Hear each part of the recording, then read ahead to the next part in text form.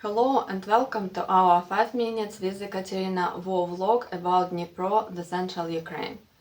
Today I wanted to update you about what's happening in the city itself because I think you all read the news and you know what's happening in the world in the broader perspective and the events unfolding in a very terrifying way, and I'm not sure where it will lead us as the humanity, as civilization, because there are other conflicts that are starting right now, and the politicians, they don't seem to understand what's happening, and all these talks, negotiations, secret talks, they're just bringing us closer and closer to the bigger conflict, and it makes me very worried.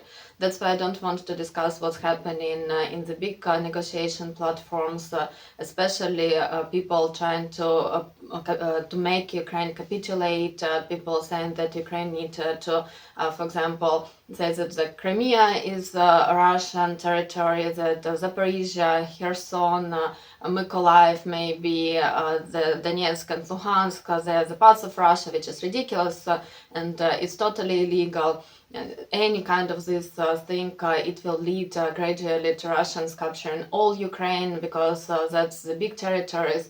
And I just don't want to reflect on this because hopefully, since you are watching my channel, since maybe some of you were reading my diary, you know my position, and we need to throw Russians back as much as possible. We need to stop the war, but we need not to stop the war by surrendering to Russians, by giving the Ukraine to Russians, by just forgetting what Russians did, and just offering ourselves for the genocide, because they will definitely do this filtrations, they will definitely do mass arrests, the deportation.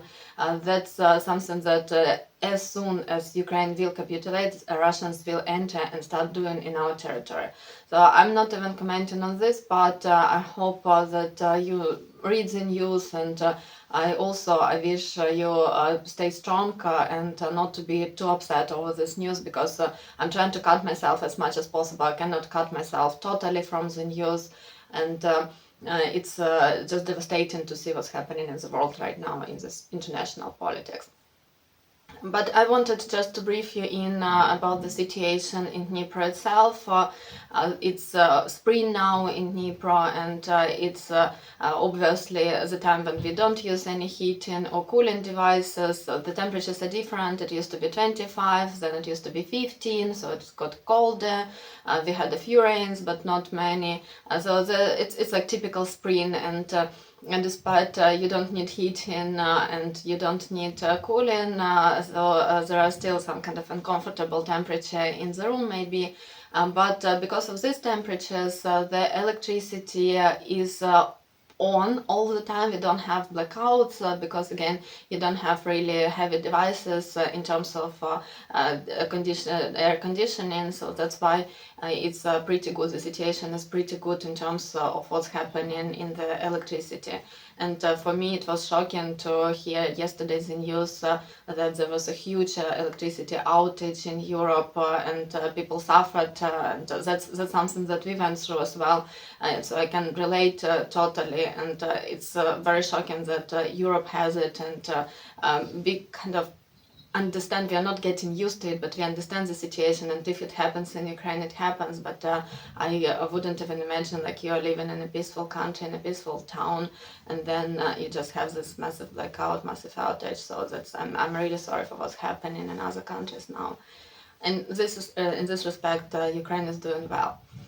But Russians bomb us all the time, the daily bombings, they take lives. Today a young girl died in her sleep in Dnipro region, and it's again terrible. Russians attack us almost every day, or like at least every other day. The only quiet night we had recently, it was during Easter. Easter itself, as you remember, on the Willow Sunday, we had the massive bombing taking lives, but the Easter itself, it was quiet. It wasn't the kind of break or kind of they say that it's the break in the war, but in fact it wasn't, because there were fights, there were provocations, but at least there were no bombings. Yeah, so that was good. But that was the last day without sirens and without bombings in our region. Daily they bomb Nikopol, daily they try to bomb us. Again, every other day there will be bombs that are landing. They started to use a different technique in their drones, and they learned how to connect their drones to our mobile network system. That means that they are able to navigate the drones in the air. So basically it's fly in one direction and anti-missile system starts intersecting it, but then in the middle of the flight the drone can change its direction using our network, our mobile network. That's something that is started to be addressed, so people are working on it, but still we have this situation with these drones that are very difficult to intercept. And of course there are rockets. If there is a ballistic rocket, the chances that it will be hit in the air and it wouldn't damage anything are very slim. We had it a few times during the 3 years, but usually if they use a ballistic rocket will arrive, and it's not precise. It almost never arrives in the place where they intended it to arrive, and usually it will arrive in some residential building, in some supermarket. And that's again that brings up the level of stress. People are very stressed over it. The bombings are probably working as a terrorist act. It's if you think about the number of people who died due to the bombings, you would compare it to the traffic accidents, and the traffic accidents in Dnipro, for example, they would outnumber these casualties from the bombing. But if you think that there should be no bombing and people shouldn't die this way, it's totally different. And what it really does, is that you wake up in fear. You are afraid for yourself, you're afraid for your close ones. You don't know where the bombing landed. A few days ago they bombed downtown in Dnipro, and the places of historical significance. Thankfully, at that moment when they were bombing downtown near the city council, it was the time when nobody was there. They did it at night, but in the morning you wake up, you go to work, and you're passing this place where the bombing landed, where the bomb landed, and you see the services working, and it's again, it presses you a lot. And also what presses you a lot is that after the first bomb, Russians send the second bomb on the same place. So what's happening, there is a bombing and there are rescuing services coming, there are firefighters, there are emergency workers, there are paramedics that will come to the spot to see how they can help people who wounded, and as soon as they arrive, there will be the second bomb, which usually will kill some rescue workers. And that technique, it's again, it's totally inhumane, and they use it in order to make us afraid, and in order to make the firefighters and the paramedics scared to do their job, basically. And that's something that Russians use all the time, and it again, psychologically, it presses a lot. So if even when it by some miracle, because again bombs are not that precise, but even if by some miracle the bomb will not kill this rescue team and paramedics, volunteers, it again, it just brings a psychological pressure on you. It's a lot of pressure. So the mood is worse and worse. That's true. And also the mood is worse because we don't know if the international community will support us, and the support, the military support is running out basically by the end of spring. In May probably we wouldn't have enough weapons. If we don't have resupply, we wouldn't have enough weapons to fight Russians back.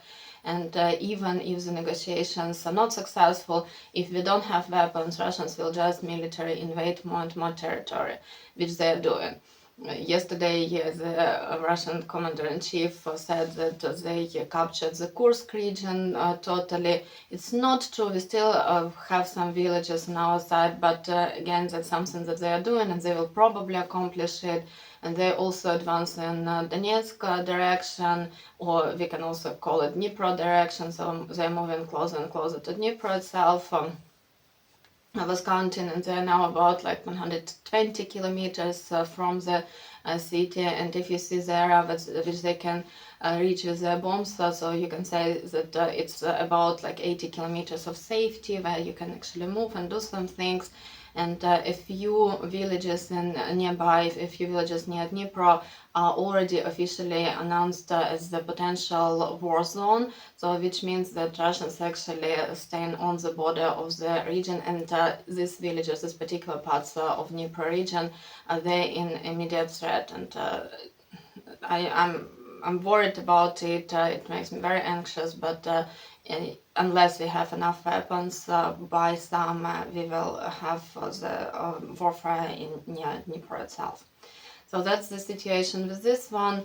Economically, it's also not very good. I have friends who are closing their businesses despite they were surviving these two first years of the war. They were more or less okay, but now people don't have any money to pay for anything except food. Basically, people just buying food and people saving on everything else, like clothing or any kind of things like this. And that again, this closes businesses firing people, and that means that we have a big unemployment and more social tension inside of the country. So that's the situation. That's it for today. Thank you for staying with us. If you can, please do advocate for Ukraine. Please share this with your friends. Tell them that we still need your help, and the war is not over. And all these peace, so-called peace talks, they're creating more harm than they do good. So that's it. Thank you very much for watching. Thank you for your support. Thank you for your love. And I hope to see you very soon under way better circumstances. Goodbye for now.